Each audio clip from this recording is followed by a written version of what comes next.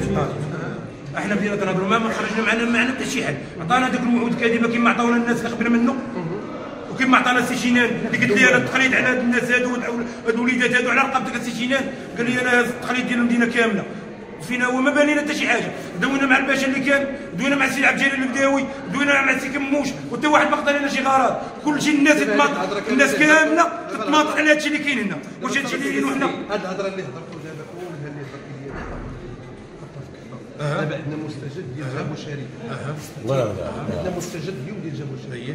جابوا شركه هما عندهم التزام خصهم يطبقوا. الدراري خلاصه القول الشركه فيكتوريا، اسمح لي سعاده الرئيس، انا اي حاجه وحاجه واحده، انا معاكم حاجه واحده، الا استدعاو الشرطه ولا استدعاو شي حاجه باش يبداو يعطونا في العصا، حنا راه حنا انتم اللي انا معاكم. ما نقول لك حاجه وحيده، تخونوا حبيبي. حنا راه ما يجيبوا لنا سلطه، ما يجيبوا لنا سيفي، ما يجيبوا لنا بوليس، ما يجيبوا لنا بوليس. حنا غادي نمشيو سلميه وغادي نهضروا مع المدير متحضرين بالشفافيه، وغادي نديروا معاه حتى المصداقيه. حنا ما فيناش الشفافيه، حنا فينا حتى المصداقيه. قولوا لنا شنو كاين ومرحبا.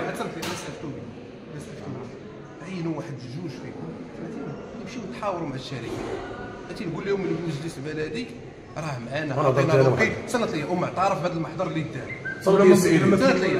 بغيتوني انا نجي اون بيرسون جيت لعندكم صافي سيدي. ولكن واحد الكلمه نقول لك السيديات، انتم غتدخلوا شركه عندنا واحد الرئيس دراري ما خدموش في الطوبيس مساكن من 2018. انتم كنتو خدامين في الشركه ديما الاولويه ديالكم انتم. انا دابا هضرت معاك خلاصه القول، سيروا ديروا مثل واحد جوج فيكم يهضروا معاهم يريحوا معاهم تهزوني راه جا حتى لعندكم. الله يسلمك.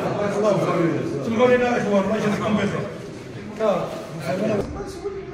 المشكل تاع فيكتوريا فين وصل دابا، وكاين الناس تيغوتوا قالوا جابوا شي شركات مناوله اخرى من خارج الاقليم، والمشاكل اللي كانت دائما عندنا مع كمجلس مع هذه الشركه، يعني واش كاين شي حلول يعني في القريب العاجل؟ هو كان عندنا مؤخرا في الاجتماع ديال لجنه التتبع طرقنا لواحد المجموعه ديال النقاط اللي مهمه في المسار ديال هذه الشركه اللي فاتت واللي غادي تكون جايه، ومن بينها هذا المشكل ديال العمال.